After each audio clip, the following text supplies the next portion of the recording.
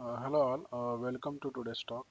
Mm, so in this talk, I'm going to talk about WebAssembly models, um, and then I'm going to demonstrate one practical use case of these WebAssembly models where these models can be used effectively. So basically, I'm going to demonstrate the WebAssembly in hot swapping. So many times we have these some service or some program which is running continuously, but we need to modify some functionality of our service or program, or we need to update some part, or we need to uh, toggle some features of our service or program, so without interrupting its execution or without stopping the service. So how this can be achieved using WebAssembly models, that I'm going to show in the demonstration. So as a developer, we can modify, we can hand over some part of um, our uh, service or program to these WebAssembly models, and these models can be quickly replaced. So our main service or main program is not interrupted, and then by replacing these models we can quickly toggle some features, or we can quickly update some functionality of our uh, program or service. So we are going to see these in our demonstration, but before that, just quickly jump to what is this WebAssembly models and how these are generated. So these are abbreviated as a WASM, and these files have extension of .wasm. These are binary instruction format for stack-based virtual machines. So these are compiled for a portable target. So these files are platform independent, and they can be compiled on one platform and can be executed on another platform with the help of WASM. Sorry, WebAssembly runtimes. So there are multiple WebAssembly runtimes are available. So for our demonstration, we are going to use this or WebAssembly runtime, which is WASM time. So this is a official page for WASM time runtime. Um, for this, we have to add this target WASM 32 WASM WASI.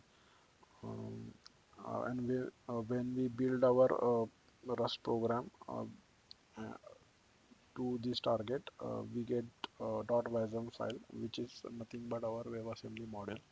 So let's quickly see. So I have created this small program which accepts some string from user, and uh, it gives some 256 bytes of hash of that string. So let's build this. So when we build this, we get our .wasm file, which is nothing but um, our wasm model. To build this, we have to specify the target in our config.toml. So we have specified this wasm32 wasm in our config.toml.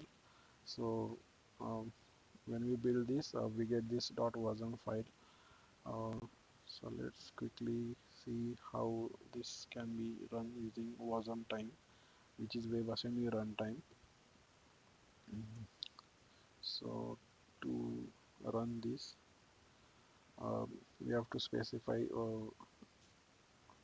our model name to this wasm time.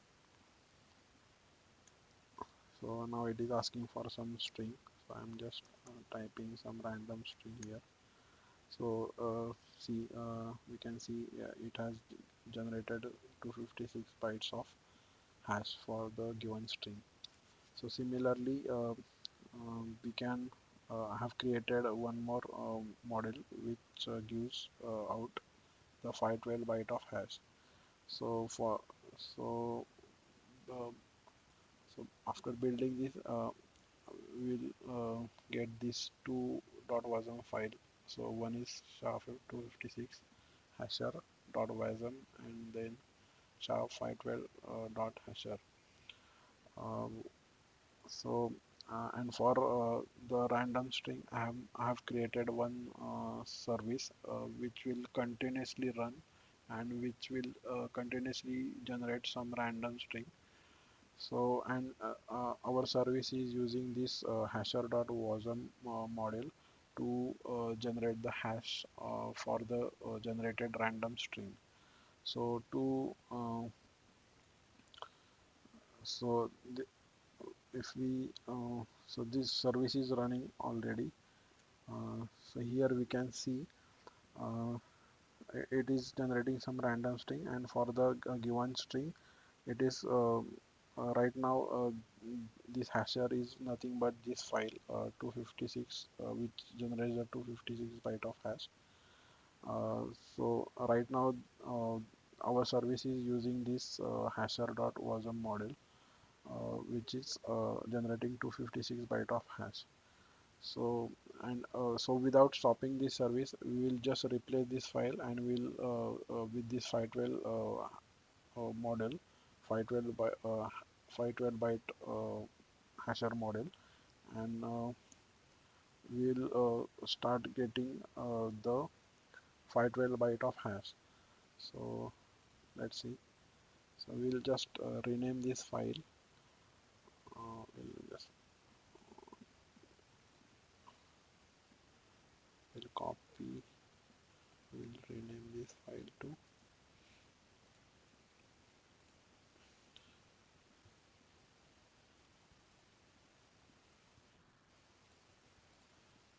Okay, so now we will just replace this file here.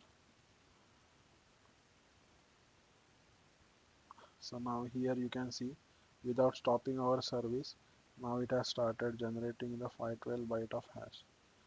So likewise you can hand over your as a developer you can uh, you know, we can create different models for different functionality, and these models can be replaced in the runtime to modify, update, or toggle some features or update some uh, functionality of our service.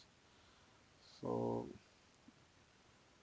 yeah, so this is I think this is very useful in some cases where downtime is very important, or we cannot have large downtimes, or we cannot stop execution of our service, or we cannot stop our programs. So in that scenarios, this can be very useful, and it gives a lot of flexibility to the developers, as well as these models are portable, so they can be used or reused on different platforms. So we there is no need to rewrite or modify these models. So once these models are ready, they can be used on different platforms directly with the help of WASM, with the help of any runtimes which are available. So there are multiple WebAssembly runtimes available.